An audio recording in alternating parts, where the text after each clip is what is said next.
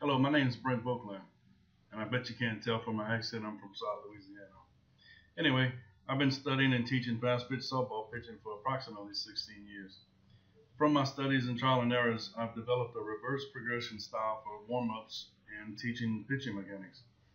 This warm-up was originally designed for the new beginning pitcher.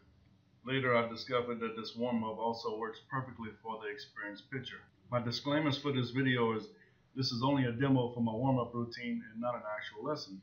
This video is based solely on my philosophies on teaching softball pitching. And 3, my daughter's a beginning softball pitcher learning how to pitch. She shows typical flaws of the young beginning pitcher.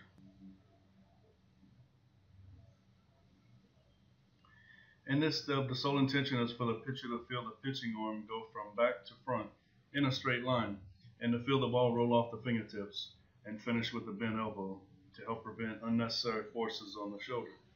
One thing to emphasize is that it's important to have some type of straight line towards the catcher for the pitchers to line up their feet.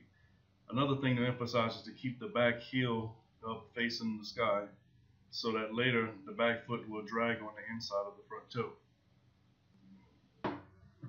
In this step, I will add the back foot drag forward, not in what you would call or what I would call a figure 4 position. Back foot behind the body off the ground with the legs forming a figure 4.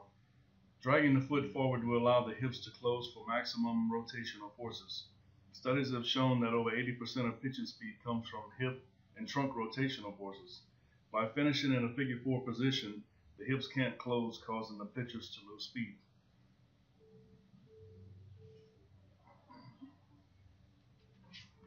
In this step, we will introduce the windmill.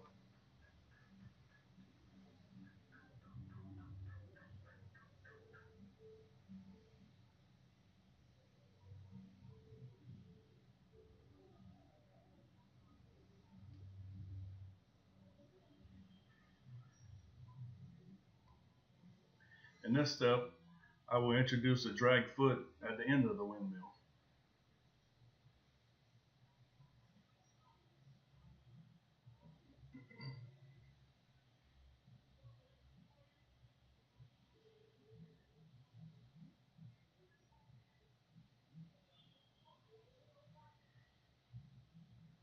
Sherry Werner is my fast-pitch softball pitching resource for pitching biomechanics. She has a PhD in biomechanics and has been studying softball pitching for 20 plus years. So far, she is the only person that I trust when it comes to softball pitching mechanics. So I found this.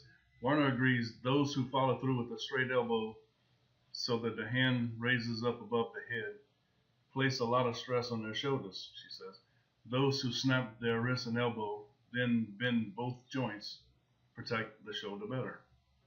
And here it says, through her studies at Tulane, Werner found that improper hip rotation is another common cause of injury. Probably the biggest flaw we see in many pitchers is how their hips move when they release the ball. When the hips are more closed and pointed towards home plate at release, it makes for safer mechanics because the trunk and legs are helping to dissipate that large amount of force. In this step, I introduce what I call a drive. First, I get them to put their glove and ball down. I line them up on a pitching rubber just like in a pitching set position. Then I have them bend their pushing leg, bend over approximately 45-degree angles like they're getting ready to race someone. From there, I have them push out as far as they can while dragging their back foot. And just kind of take note, hopefully, they're not leaping, which the back foot comes off the ground. I normally use some type of marker to mark the distance, and that way they can try to beat that distance every single time. Normally I do this 3 to 5 times so they can reach their maximum drive distance.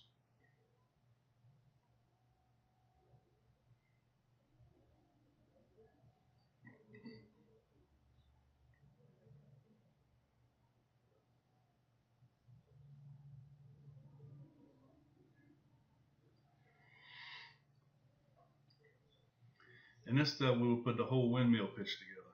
I have them start pitching closer because it's easier. And because it's easier, they'll have better chances of throwing strikes. And the more strikes a pitcher throws, the more confidence they'll build. And if you notice here, she's wanting to start pushing with her foot kind of at a 45, almost sideways. So the only tool I use is this one here. Don't remember exactly what it's called. but it gives them instant feedback that they're turning their foot. If they do turn their foot sideways, the whole tool will turn over. But as you can see here, it's working real good on getting her to keep her push foot straight and dragging straight forward.